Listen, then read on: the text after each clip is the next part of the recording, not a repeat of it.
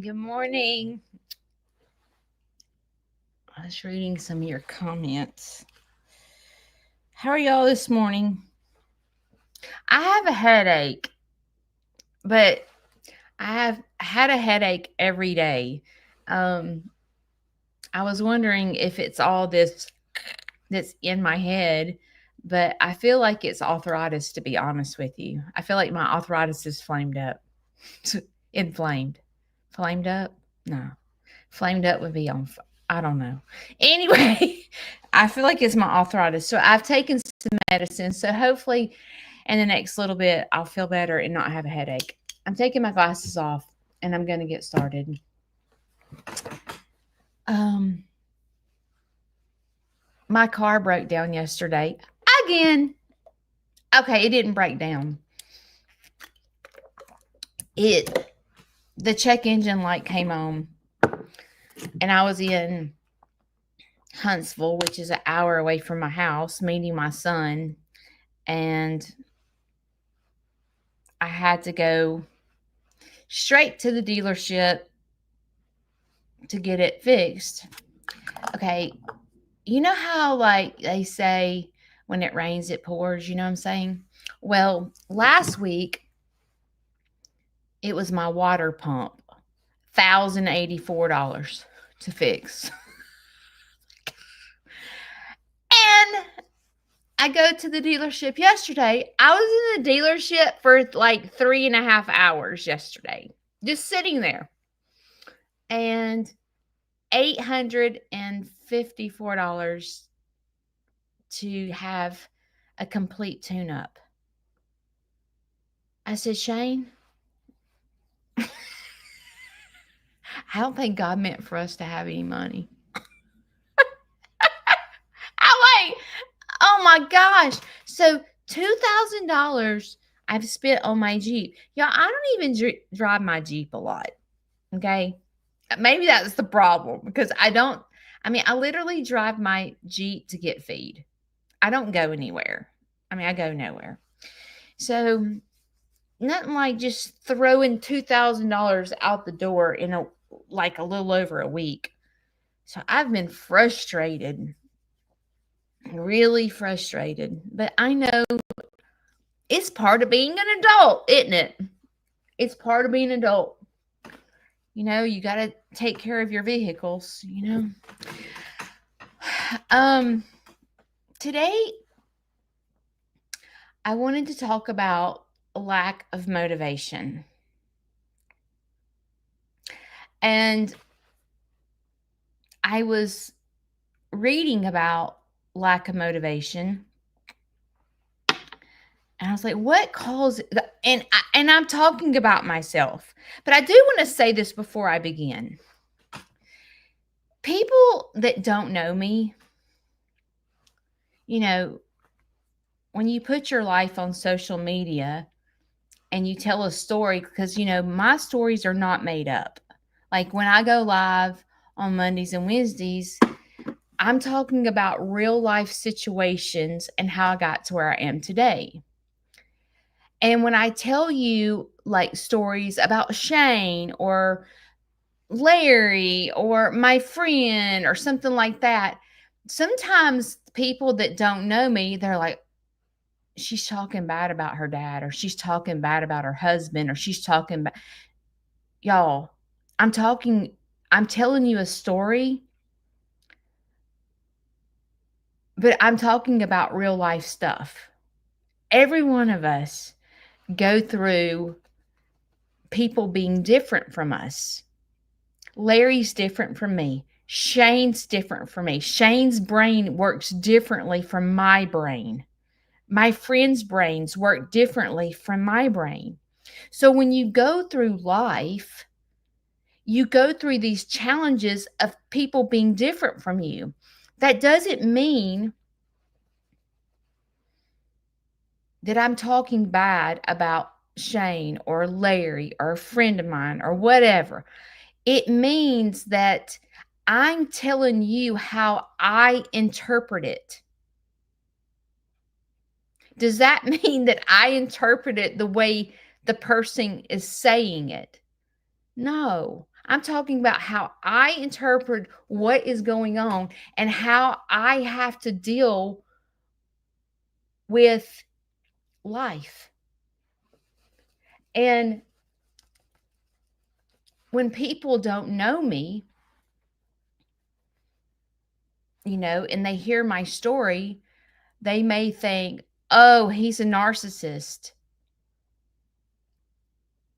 And if you listen to the whole testimony, the whole hour of the conversation, you're going to realize that the problem lies within me.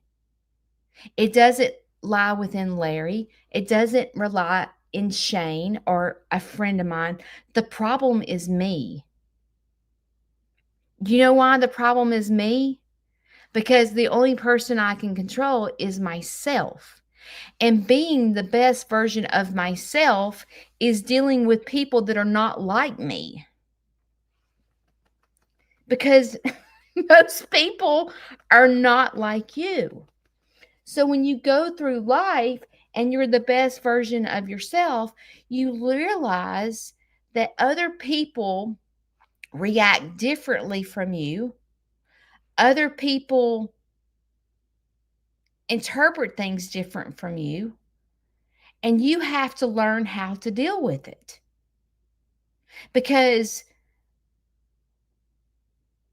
basically, everybody has some type of element.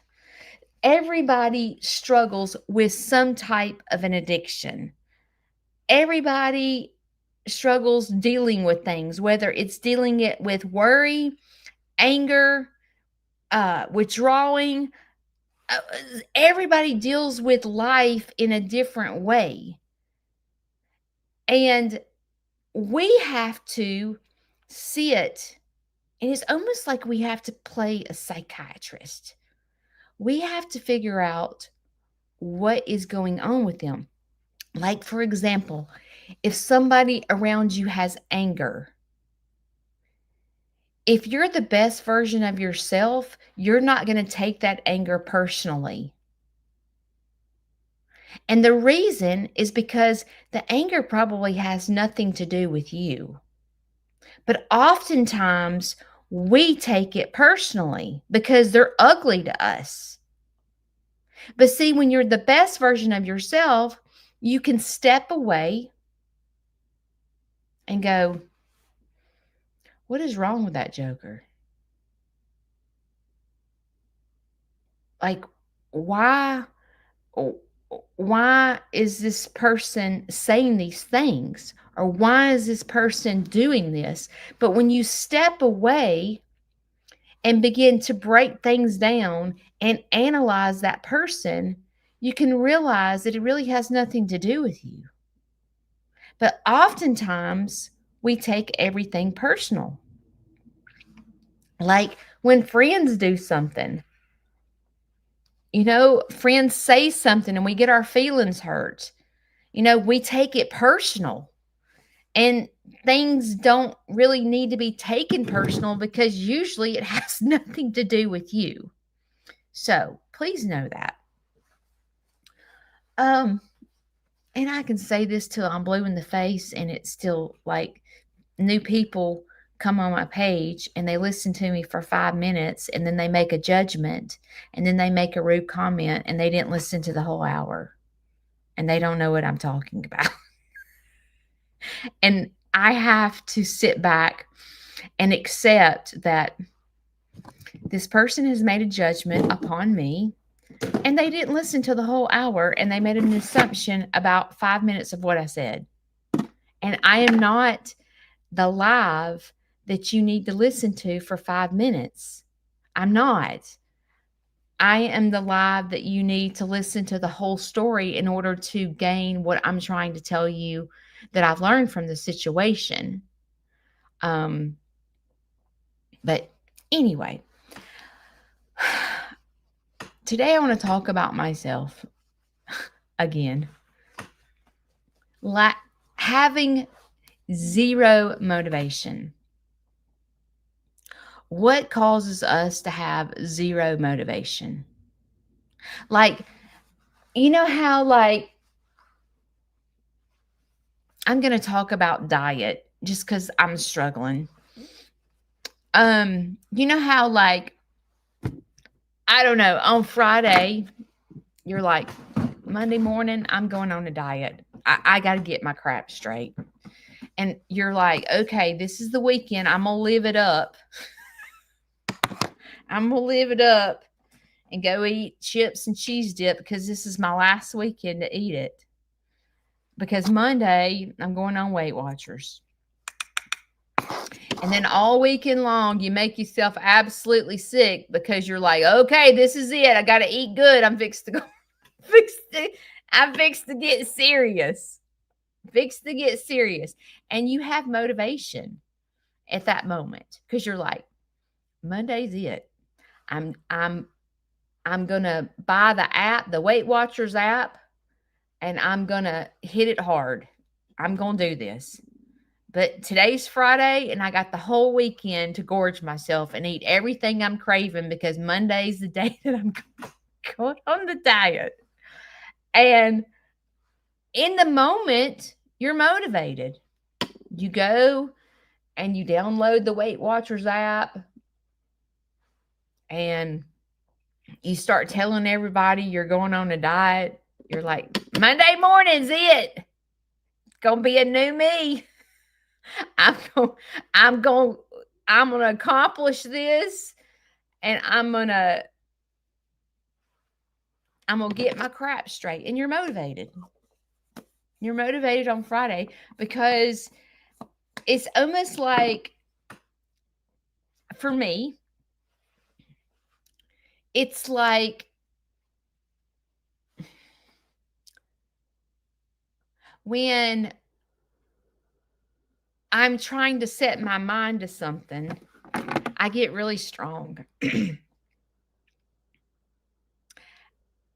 And I'm not having withdrawals of sugar or carbs. I'm not having any withdrawals. And I'm excited because I'm fixing to go eat some Mexican cheese dip and chips. And so I'm not going through the hard part. So I'm motivated. You know what I'm talking about? You know how, like, you're motivated to, like, say you're gonna quit smoking, and you're like, I'm gonna quit smoking. Such and such has COPD and lung cancer, so I'm gonna quit smoking. And you're motivated, like you're gonna quit smoking Monday, and you're able to be really motivated because you're not in withdrawals, and you're just like on fire. And sometimes, for me, I talk before I get to the hard part. Like, it's like, okay, on Friday you decide you're going to go on a diet. These are things I do. It's the reason I'm saying this. So Friday you're going on a diet, and Friday night you're going to eat Mexican. And Saturday or Sunday you're going to the grocery store to buy all the food for your diet, right?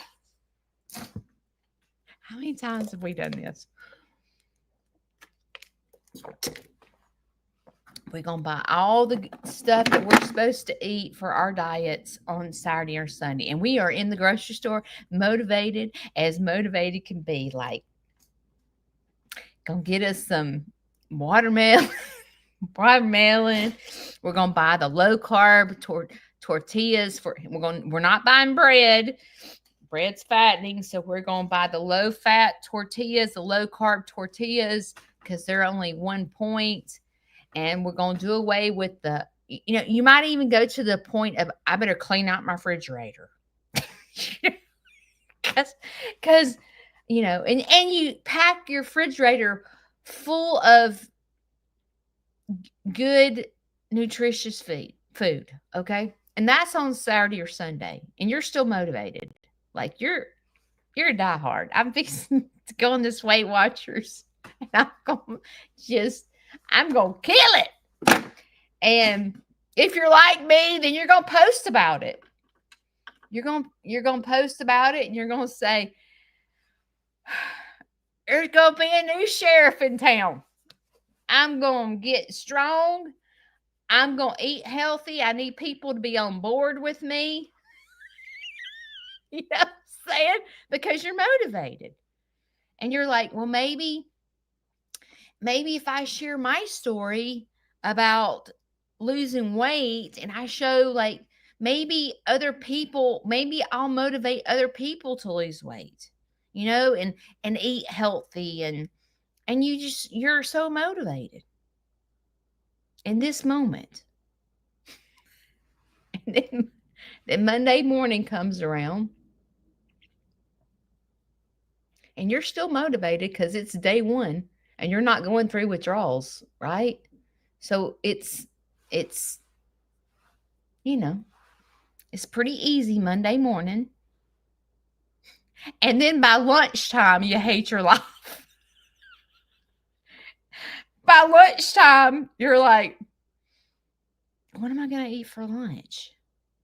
I'm not craving that daggum 1-point tortilla with mustard instead of mayonnaise. Like, I want cheese and I want, I'm just like, so it starts by lunchtime. It's like your motivation went from here to here. It's like the motivation is going backwards because it's getting hard.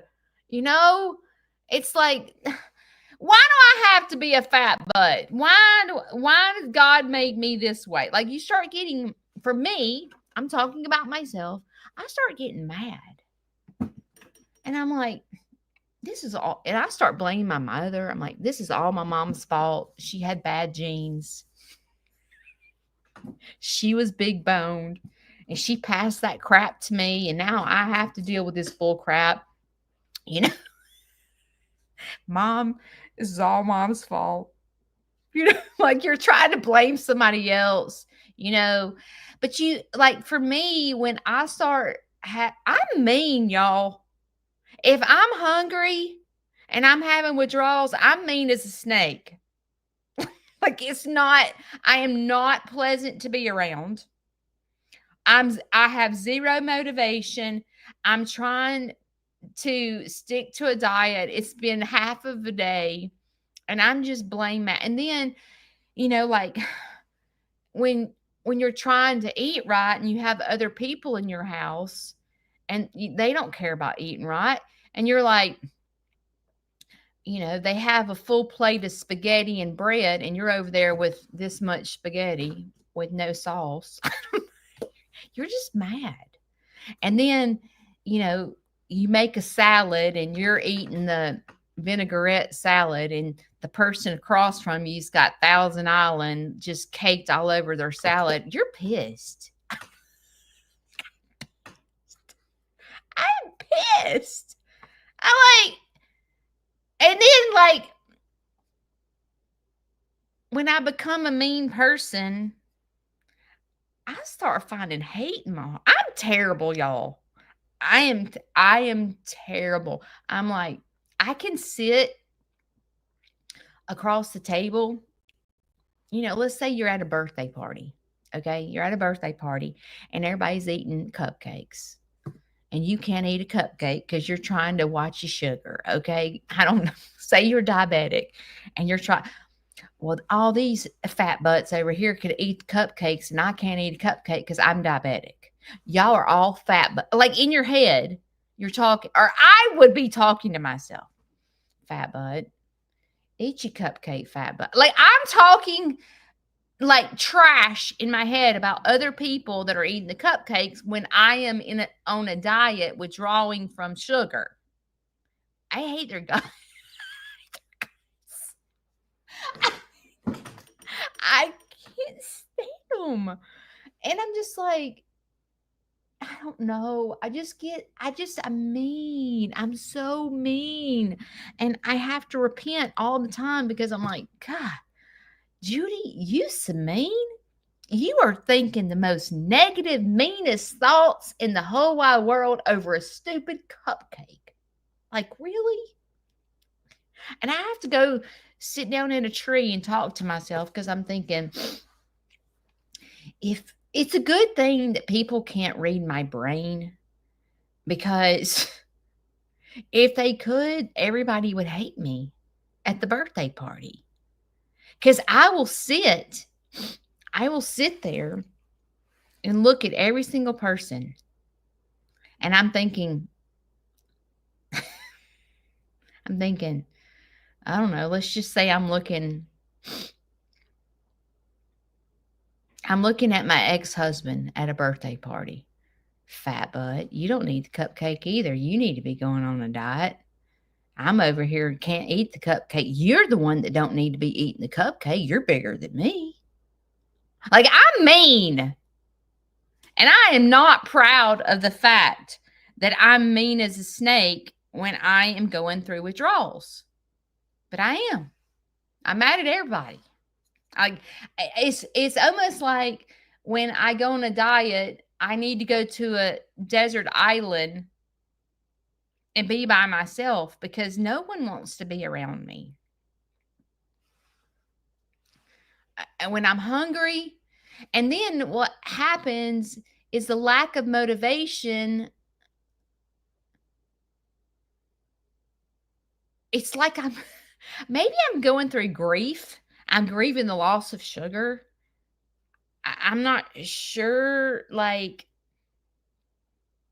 you know how, like, when you go through grief, you go through, first you're upset. Like, I'm so upset I cannot have this cupcake, but I'm going to stay strong. And then you go through, I'm mad as crap.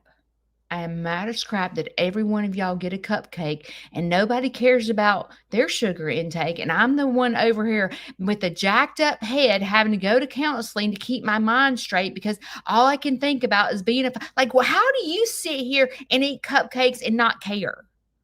Like, I wish I had your brain. Like, I wish my brain didn't obsess about my body image.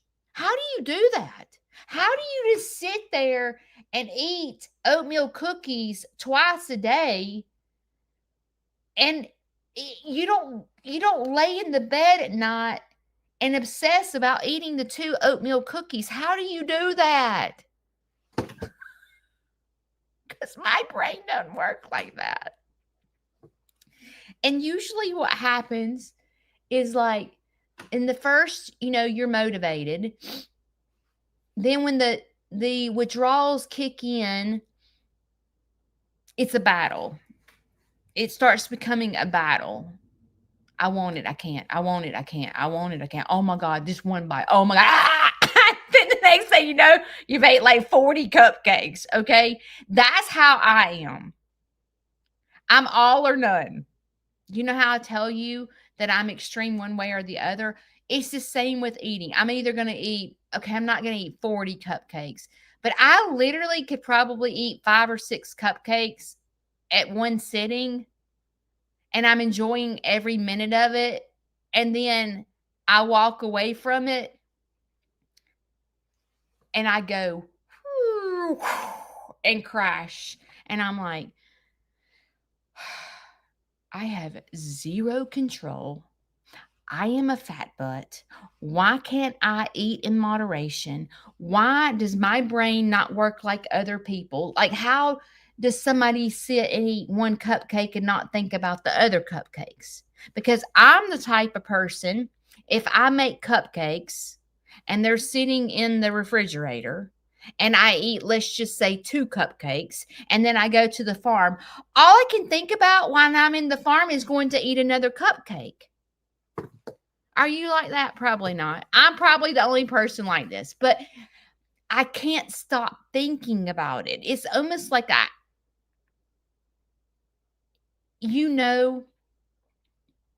for me, sugar is a drug. When you are that obsessed about eating a flipping cupcake when you've already ate 2 cupcakes,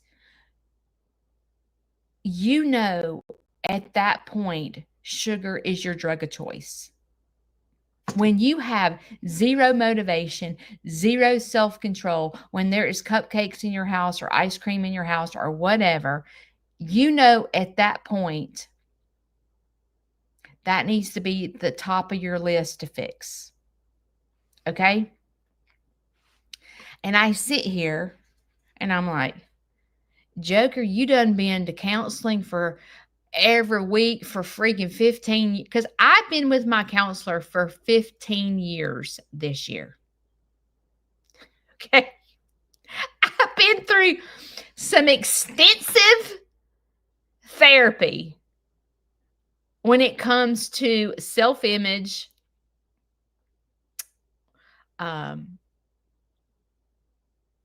eating disorder. I mean, I've been outpatient, I've been inpatient, and you would think I would have this mastered. I'm like, dear Jesus, how much counseling do you need, girlfriend? Like, what? Like, why can't you get it straight? Why can't you have the motivation to get your crap straight? Like, I already know I have been in the fitness industry 25, 28 years. I used to be a personal trainer. I used to help with eating logs. I have the golden ticket. I know what to do. But I have zero motivation to do it. And I was thinking about what causes this? Like if I know in my head that my brain is going to spin out of control when I eat these cupcakes, why do I do it? Why do I do it? If I know I'm going to outer space and I'm going to be mean as a hornet, why do I do it? What is the answer? Like, if something drives you so crazy about yourself, I mean, maybe it has nothing to do with what I struggle with. Maybe you struggle with some other addiction. My addiction is sugar. Okay, let's just say if it drives you this crazy, robs you of your joy, you can't get your crap straight. If it drove us this crazy, why can't we fix it? And it's not from lack of trying, because I'm going to be the first in line to tell you that I have actively stay in counseling, try to work on this, and I cannot get my crap straight to save my life. And I don't know why. And it is a daily struggle for me. It's like, and I'm going to be honest with you how my brain works. The night before, I'm like, okay, Judy, tomorrow's the day.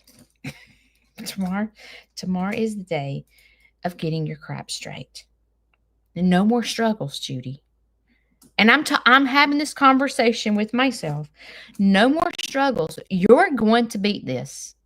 Like, you are gonna beat this addiction. And then Monday morning comes around and I'm still motivated, still going strong. And then I go outside to do animals and my blood sugar feels like it drops. And I'm like, I gotta eat something. I gotta eat something. I gotta eat something. I gotta have energy to get through the day. I'm wide open all day long. I have to have calorie intake to get me through the day. And I'm out there doing animals saying this. What am I going to go in and eat? What am I going to eat? Okay, I should eat eggs. Eggs has protein. I have zero motivation to cook an egg. It does not sound good to me this morning. I just want a bowl of cereal. But cereal is like 15 points, Judy, on Weight Watchers. If you eat 15 points of cereal in the morning, that means you're not going to be able to eat lunch.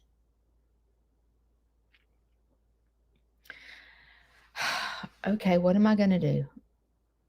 And I'll sit out there and finish doing animals until I'm just like starving to death. And then I get inside and I'm like, okay, I got to get inside. Oh crap, I got to fix Larry's food first. Okay, let me go do Larry and then I'll eat in a minute. And by this time, it's 10:30. I've ate nothing and I'm starving to death and I'm going to eat something. I'm going to cook cinnamon rolls. And then I'm not going to eat one cinnamon roll. I'm not going to eat two cinnamon rolls. I'm going to eat 3 cinnamon rolls. And then I'm like, okay, oh, this is so good. Oh my gosh, these cinnamon rolls are so freaking good. Oh, good, good, good, good, good, good. Oh, I got energy. Now I feel better. I can go out there and clean chicken coop because I got the energy to do it. Oh, crap. I just ate 3 cinnamon rolls. Dadgummit. I was so strong yesterday, and now I let myself slip, and I ate 3 cinnamon rolls. Ugh. I guess I better go out here and I better sweat my butt off to get the calories out because I have ate these 3 cinnamon rolls. I don't know how many calories there are, but I totally blew the diet. And I'm not even to lunch yet. Okay, I'll just skip lunch. I'll skip lunch because I ate the 3 cinnamon rolls in the morning, and I'll eat a salad for dinner or something every day, all day. That is what I do.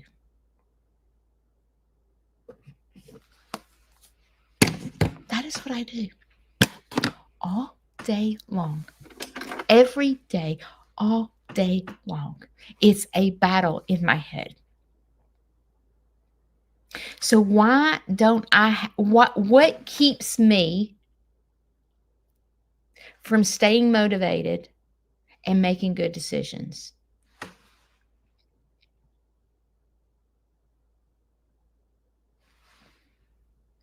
What keeps you from achieving your goals? What makes your brain spin out of control?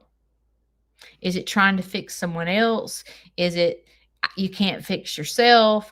Like, what is it that robs you of your joy?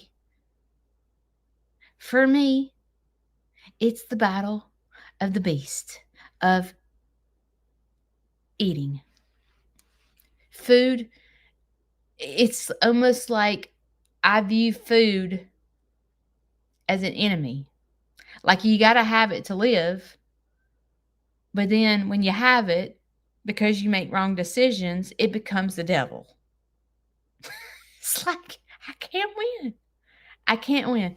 And I was thinking about the lack of motivation, and I was thinking, what is wrong with me? And sometimes, I talk about real life stuff because I don't want you to feel alone. I'm going to be honest with you. When it comes to this battle in my head, I feel all alone. And I feel all alone. I'm like, am I the only person that does this? Like, surely not. But I feel like talking about my battle makes me feel crazy. And I think it makes me feel crazy because my brain spins out of control. But I think for the most part, I feel alone because I can't achieve it. Like I'm the one, I'm the spokesperson. I'm the one that's standing in front of the backup dancers. I'm supposed to be good. I'm supposed to be like telling you the answer on how to do it. And I have no freaking clue. Like I have no clue. Like I would love to tell you to go run to counseling at this point, but I have, and it's not working. It's not working. And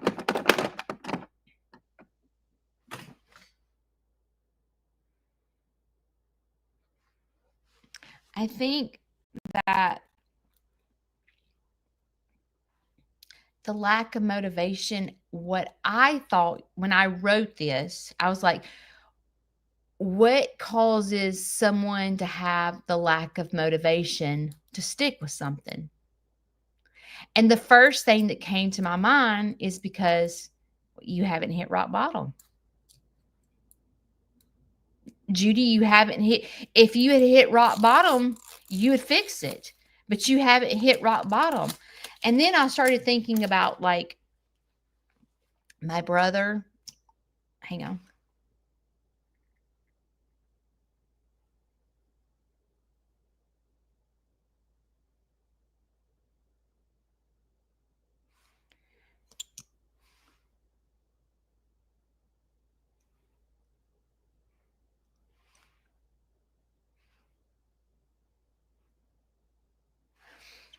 I was thinking about my brother. And I remember my brother has been on meth for about 8 years.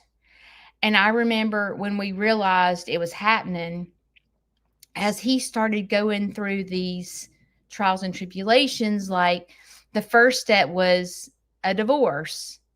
And I can remember we going, oh, this will wake him up. Because my brother loved my sister-in-law. Okay. And I was like, losing his family, he's going to hit rock bottom. When he goes through this divorce and realizes that he's lost his wife and kids, he is going to hit rock bottom. And that day come,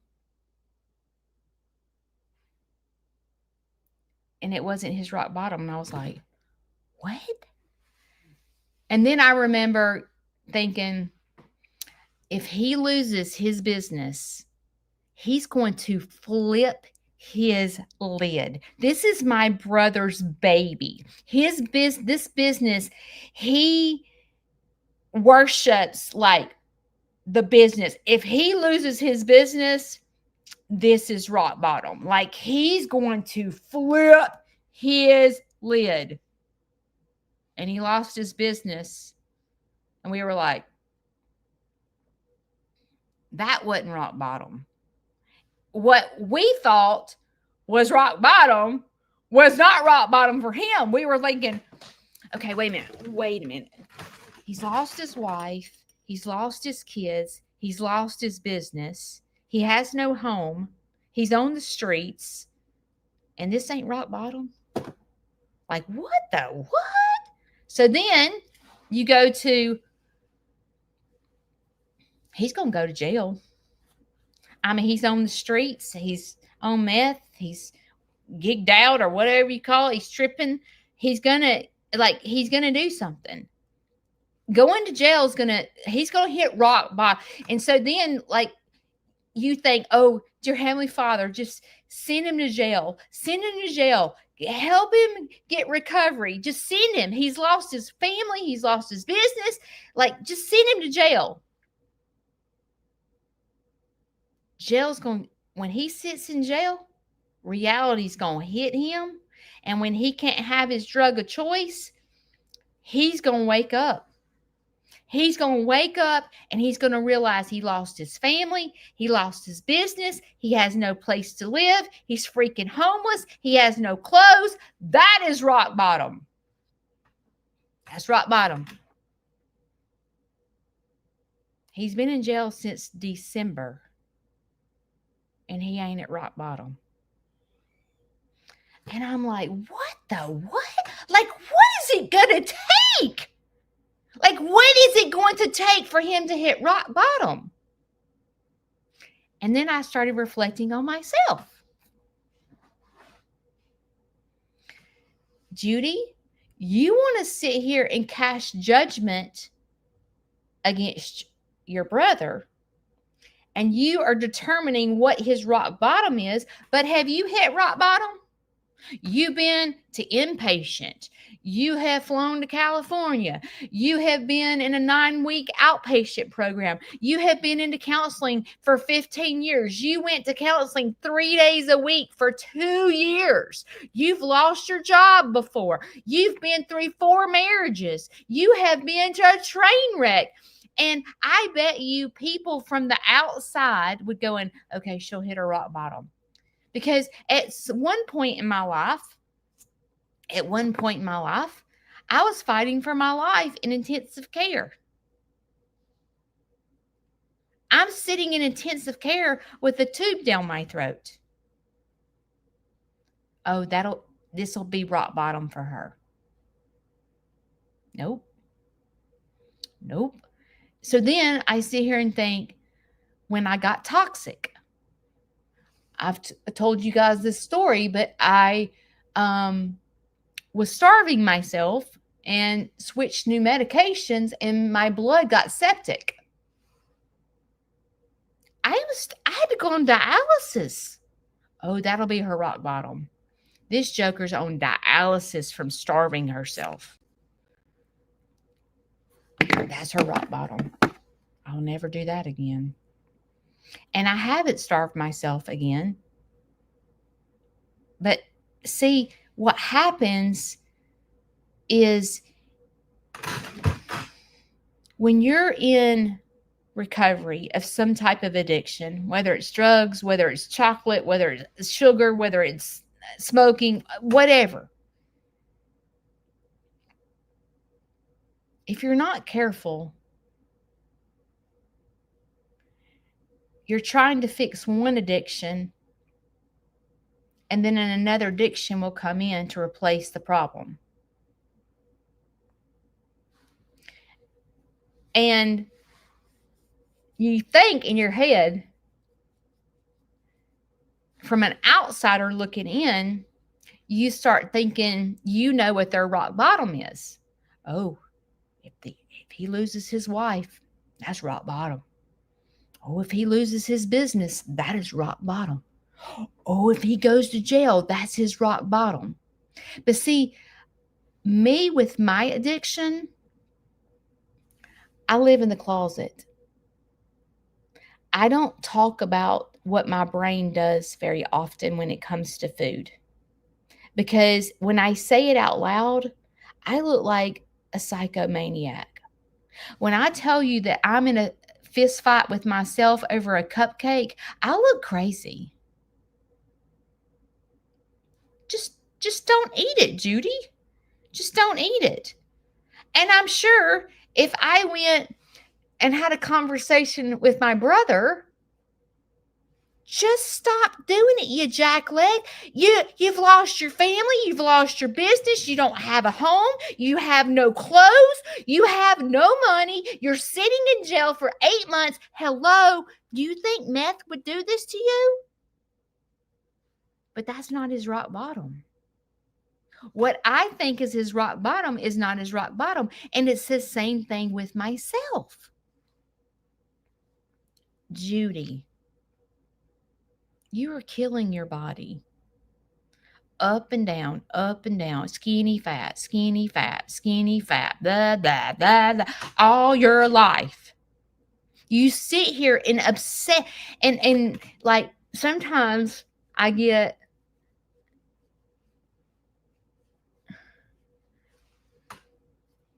I think I should be exfoliating these lips because sometimes I can't get the purple off. But there's this activator. I need to look at it. It's easy for someone to say, just quit smoking. Just quit.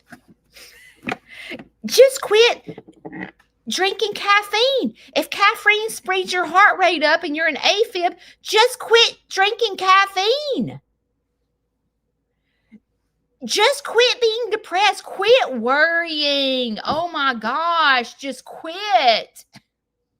Get your butt up and get motivated. Dear Jesus, I'm tired of hearing about it. Just do something about it. You're like a broken record. You say the same thing over and over. Do something about it. And you're like, dude, if I can, I would. I'm literally sitting in jail. Or I'm literally playing the same broken record every single day in my head.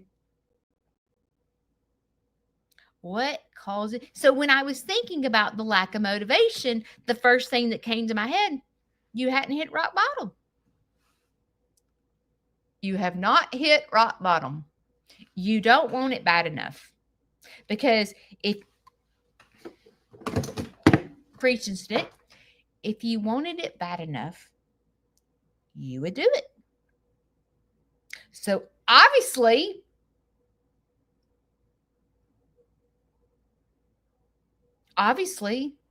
your weight doesn't bother you bad enough, Judy, because you're in there eating 15 cupcakes. And I was thinking in my head, that's not true. It's not because I haven't hit rock bottom. What is it? What causes you to be so motivated on Friday and by Monday at lunch you're a train wreck? What causes that? What causes the lack of motivation? And I thought it's because you hadn't hit rock bottom. But I realized it's because it's hard.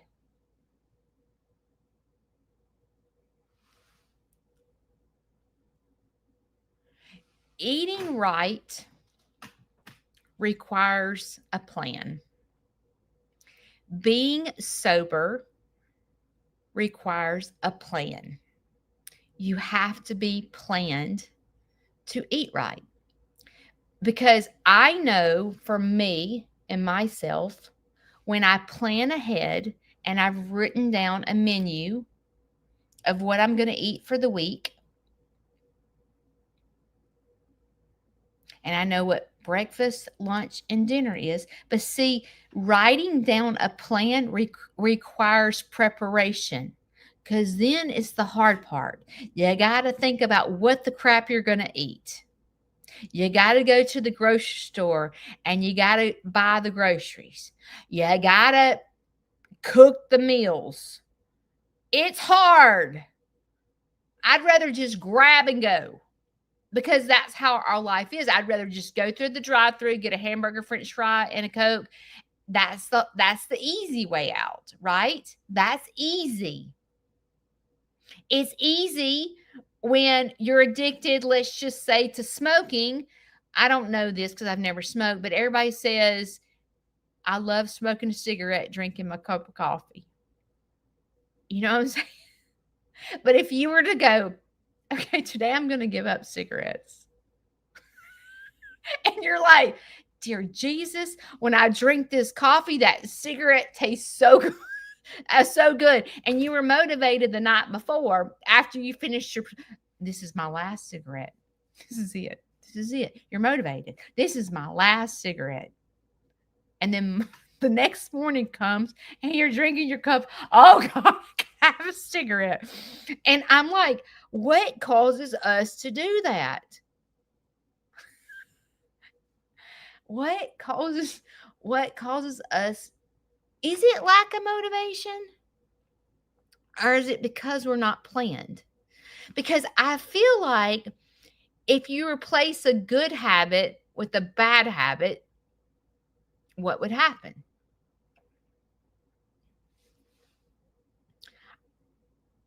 Listen, I'm not sitting here telling you that I have the answer. I struggle every single day. But I feel like talking about it out loud is a step in the right direction. Because we all are trying to beat something.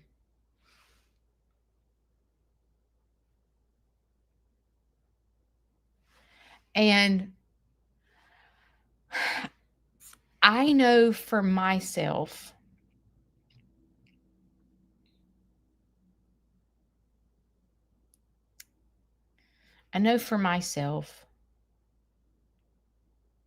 I find myself fast paced. Hurry, hurry, hurry. I got to do my live. I got to go out and do animals. I got to feed Larry. The Larry's nurse is coming. The center's coming today. Oh my gosh, I got to go meet that lady for baby checks. I'm 90 to nothing. So my plan doesn't always go smooth because there's always a hiccup. I mean, my life, I had a plan yesterday. I'm going to Huntsville to meet Manson at Trader Joe's, and then I got a hiccup. The car's check engine light's home, and I'm an hour away from home. It's like, then what? Because then you have a hiccup, and you're like, oh, I had planned to eat this, and now I can't get to there because the stupid car check engine lights on. What am I going to eat? You know, like there's always a hiccup. And when you're in a fast paced lifestyle, you don't always make good choices because you're go, go, go, go, go, go, go, go, go. But then some people that don't go, go, go, they do a very slow lifestyle, get bored. And their lack of motivation is, I'm here by myself. Who gives two craps about what I look like? I'm too old to worry about it. And I'm eating what I want to eat. Because no one cares. I'm sitting here by myself. What, the dog cares? The dog cares what I look like? No, not really. The dog loves me no matter what. And I have a lack of motivation. And I'm going to eat what the heck I want to eat. And I'm not going to worry about it. And then you eat what you want to eat, and then you go to the doctor, and they're like, you have high cholesterol, high blood pressure, and you need to lose weight. And you're like, oh.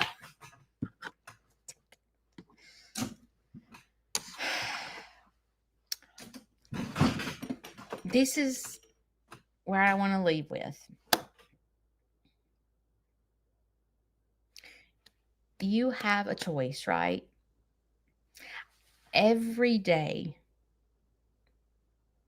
every single day,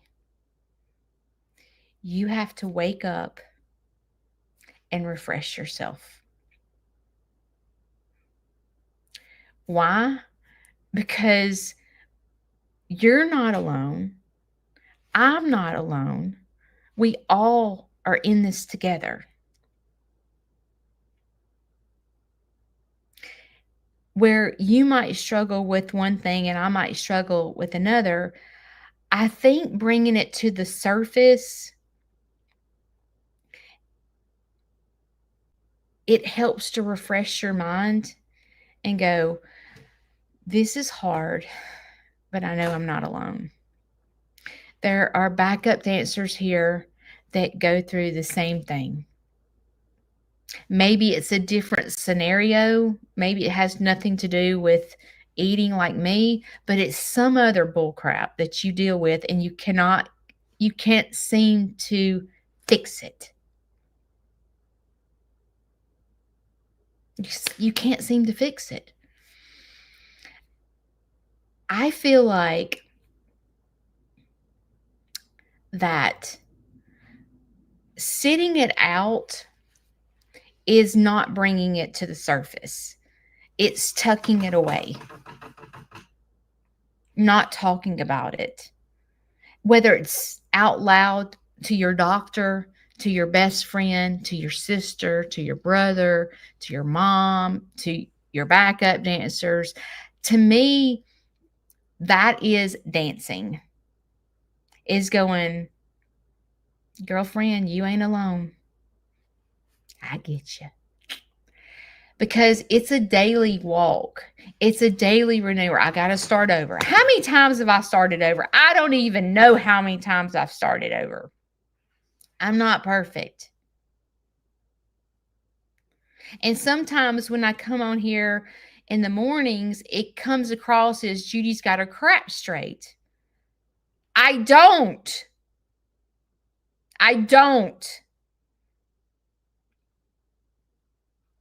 The only thing that I have is I will say that I'm pretty disciplined when it comes to you backup dancers. I put out videos. I come live every Monday and Wednesday. Why do I do that? Why do I tell my story? Why do I come? own my lives and talk about hard things with people that I don't know, I feel like it's because God is using me to tell my story in hopes to help someone else. When I became a nonprofit, my mission statement was to give back what God has blessed me with, and that is my farm. My farm keeps me well. And I hope that when you listen to my voice or you watch my content, it keeps you well. Because I hope when you see my face, when you hear my voice, that you know you're not alone. Because you're not. Sometimes when you watch people from, I don't know, in Walmart or on social media or at church, you have this expectation of what goes on in their life. Like if I just had a family like that, they look like they've got the perfect family with the white picket fence around their house. And I just had that. And that's not how it is. Reality is being like Aunt Judy. We all struggle. Not everyone is vocal like me. But listen, sitting it out is telling yourself, I can't do this. I give up. I give up. I'm just going to give in to my temptation. Dancing is starting over every single day. If you have to start over every single day, you're dancing because you didn't give up. That is dancing. Going, okay, on the struggle bus again, starting over, blah, blah, blah. That is dancing. One foot in front of the other, moving forward. Sometimes you take a step back and sometimes you take a step forward. That is life, but that is dancing. Life is not perfect. It's not. You're not perfect. I'm not perfect. But sitting it out is giving up and going, fat butt, just going to be a fat butt the rest of my life. Just doctor tells me to, I don't know, go on a cholesterol diet. I don't care. I'm just giving up. My cholesterol can just be high as a kite. I'm not giving it up. That's sitting it out. Dancing, if you have to start over every single day, you're dancing. Because it's not a marathon, it's a daily walk. So you have a choice today. You can sit it out or you can dance, and I hope you dance. My surgery, I put in YouTube and Facebook, is July the 9th. I cannot, no driving for a week. I'm going to have 2 splints in my nose. They're doing an ablation, which is going up and widening all the tubes because I have infection all in my head. I'm getting tubes in my ears. There'll be a little incisions in my ears. My surgery's at 1:00, so I can go live the day of my surgery because they said eat a light breakfast, come to surgery at 1:00. I think I go under at 2:30. No farming. I can go walk and stuff like this, but just know I have to sleep elevated, to cotton in my ears when I go into the shower because I have no water in my ears for 6 weeks from the tubes. I think that's all. They say it's not hard. It sounds like a train wreck, but they said it's about a week being down. So we'll see. Thank you, Sweet Dan. And I saw someone, hang on, let me see where it was. I saw something in green. I don't know what it was. Chris, what was in green?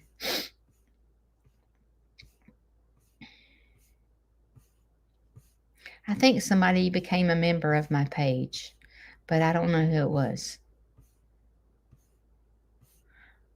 What's gone? Oh, there it is. Stacy. Thank you, Stacy, Arlene, for being a new member. That supports my farm, so thank you. The center comes today. I can't decide. We might plant sunflowers today. It just depends on what they're feeling like and who they bring. Um,